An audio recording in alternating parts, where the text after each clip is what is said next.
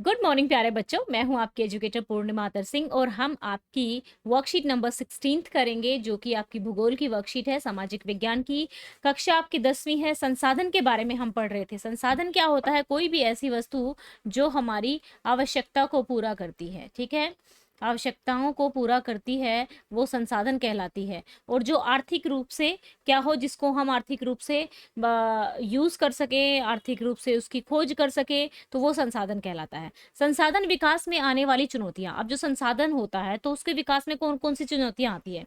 कुछ ही हाथों में संसाधनों का संचय होना। अब देखो, बहुत सारे जो अमीर लोग होते हैं उन्हीं के हाथों में संसाधन होते हैं।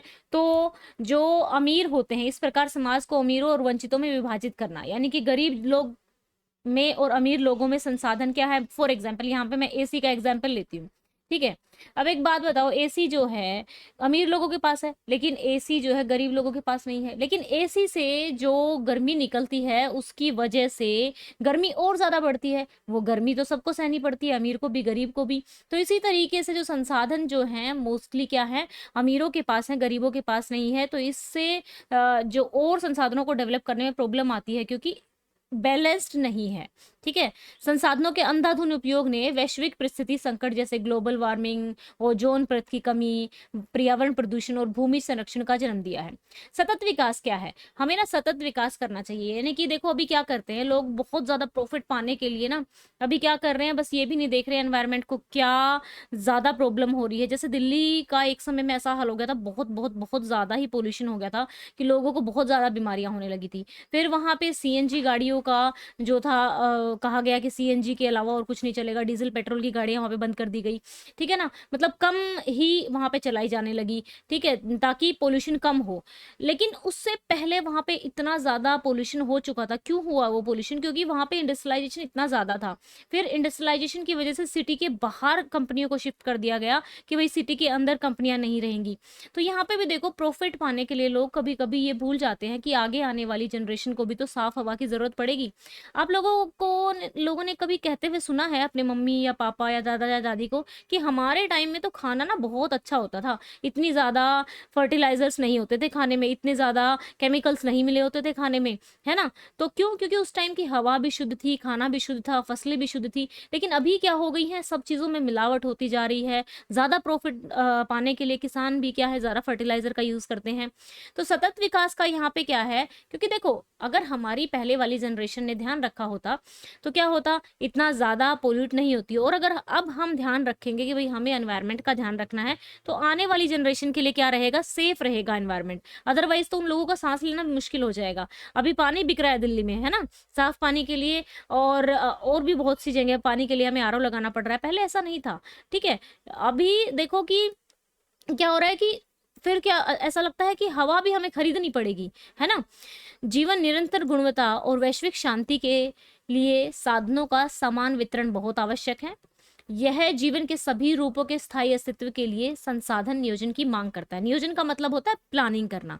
आप इंग्लिश में लिख लेना, कई बार मुश्किल लगते हैं ना आप लोगों को। ठीक है, प्लानिंग होता है।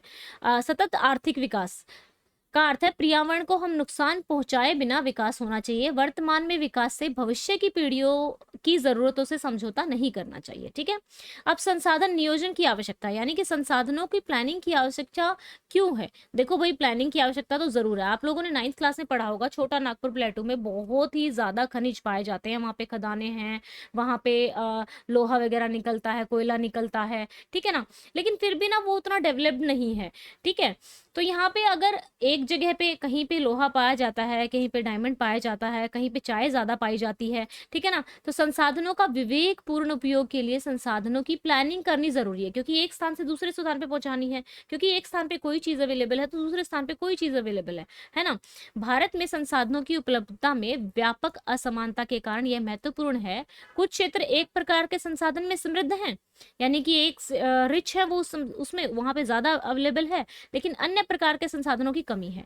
कुछ आत्मनिर्भर हैं, यानी कि कुछ के पास अपने आप सफिशिएंट है, जबकि अन्य के पास कुछ महत्वपूर्ण संसाधनों की भारी कमी है। अगर यहाँ पे हम देखा जाए, लद्दाख सांस्कृतिक विरासत में तो बहुत समृद्ध है, लेकिन वहां पानी बहुत कम है।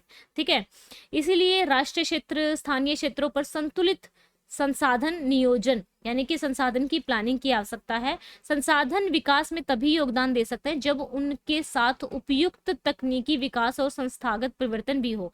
यानी कि जो इंस्टीट्यूट है वो अच्छे से प्लानिंग करे, एक टेक्नोलॉजी अच्छी सी हो।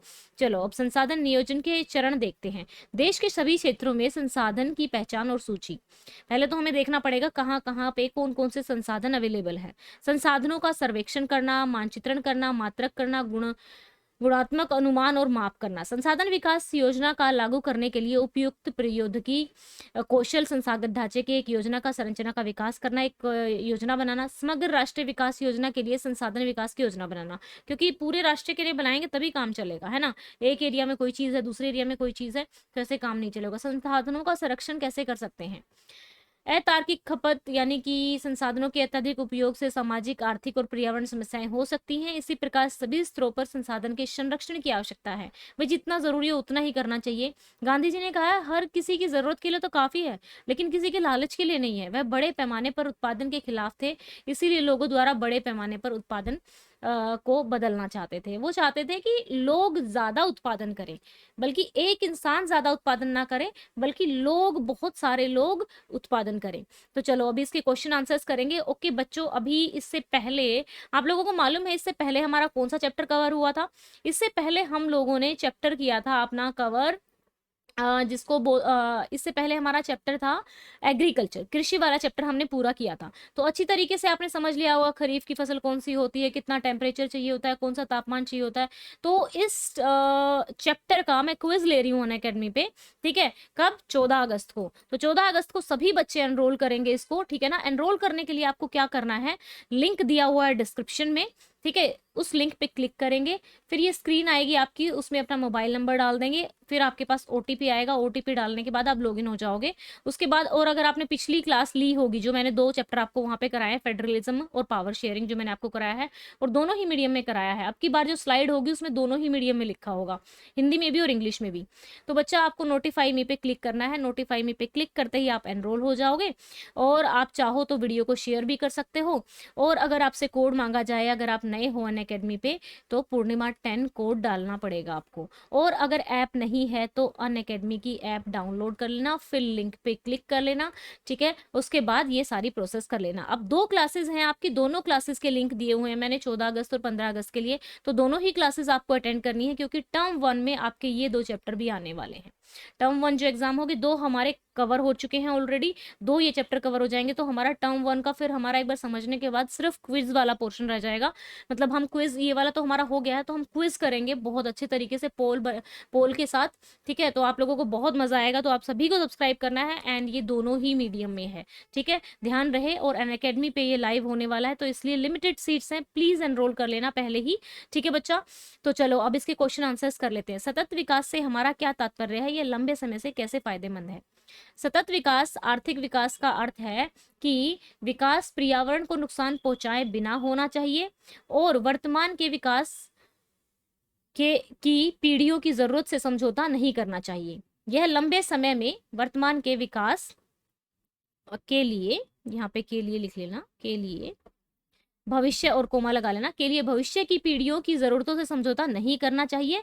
यह लंबे समय में फायदेमंद है, क्योंकि इस तरह हम आने वाली पीढ़ियों के लिए संसाधन को बचा सकते हैं। क्योंकि 2 क्वेश्चन है, एक पहला ये पूछा हुआ है इसी क्वेश्चन में, और दूसरा ये पूछा हुआ है। तो हमें दोनों का, कि पहले तो हमें डेफिनेशन देनी है कि इसका तात्पर्य क्या है, और ये बताना है कि ये फायदेमंद क्या है। फायदेमंद इसलिए होगा अगर हम आने वाली जनरेशन का ध्यान रखेंगे। अब आप लोग आने वाली जनरेशन ही तो है। अगर आप लोगों को साफ वायु ना मिले तो क्या ये हमारी गलती नहीं होगी, ठीक है। अब चलते हैं। कुछ क्षेत्र संसाधनों में बहुत समृद्ध हैं, फिर भी वे अविकसित हैं। अभी अगर हम झारखंड वगैरह की बात करें तो काफी अंडर डेवलप्ड हैं वो एरियाज, इतने ज्यादा डेवलप्ड नहीं है उस एरियाज में। लेकिन वहां पे क्या है कि लोगों ने ना मतलब खनिज निकालने के चक्कर में वहां का डेवलपमेंट ही नहीं किया, ठीक है। तो यहाँ पे इन्होंने संसाधन नियोजन इस समस्या को कैसे हल कर सकता है। तो पर्यावरण और स्थानीय लोगों पर हानिकारक प्रभाव को ध्यान में रखे बिना इस क्षेत्र की खनिज संपदा को दोहन का इतिहास रहा है अंग्रेजों के टाइम से ही, अभी भी वही है। स्थानीय लोगों के गरीब और कमजोर होने के कारण वो लोग बेचारे ऊपर तक पहुंचा नहीं सकते कि भाई आप लोग हमारे यहाँ से, हमारे क्षेत्र से खनिज ले रहे हो और हमारे यहाँ पे डेवलपमेंट नहीं कर रहे हो, ठीक है।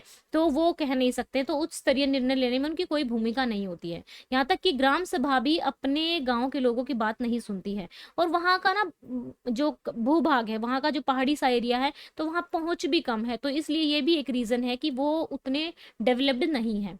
अब संसाधन नियोजन से इस समस्या का मुकाबला करने में मदद मिलती है, क्योंकि बुनियादी ढांचे में निवेश करना चाहिए, ठीक है। पर्यटन क्षमता को बढ़ावा देना चाहिए कि भाई टूरिज्म के लिए वहाँ पे कुछ एस्टेब्लिश कर दिया जाए, जैसे कि अभी गुजरात में है। गुजरात में स्टैच्यू ऑफ यूनिटी बना दिया गया, तो सब लोग देखने जाते हैं, तो वहाँ पे पैसा जाएगा, अपने आप डेवलपमेंट हो जाएगा। स्थानीय विशेषज्ञता और संसाधनों को बढ़ावा देना चाहिए, ठीक है। अब क्वेश्चन नंबर 3 है, हर किसी की जरूरत के लिए पर्याप्त है, न कि किसी के लालच के लिए। गांधी जी का इससे क्या मतलब था? क्या आप इसे समझाने के लिए वास्तविक जीवन से एक उदाहरण दे सकते हैं? बिल्कुल।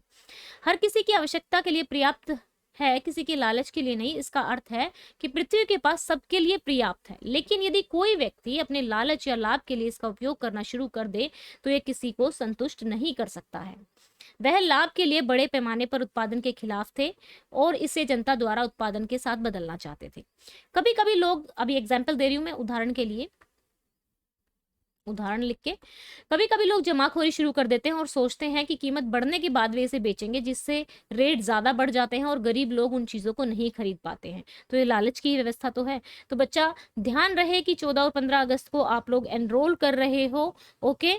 एंड यहाँ पे टेलीग्राम चैनल को चाहो तो फॉलो कर सकते हो, क्योंकि लाइव आने से पहले मैं टेलीग्राम चैनल पे ज़रूर आप लोगों को बताती हूँ कि मैं कब लाइव हूँ, कब लाइव क्लास होगी, कब आपकी वीडियो डलेगी। तो टेलीग्राम चैनल का लिंक भी नीचे डिस्क्रिप्शन में ही दिया हुआ है।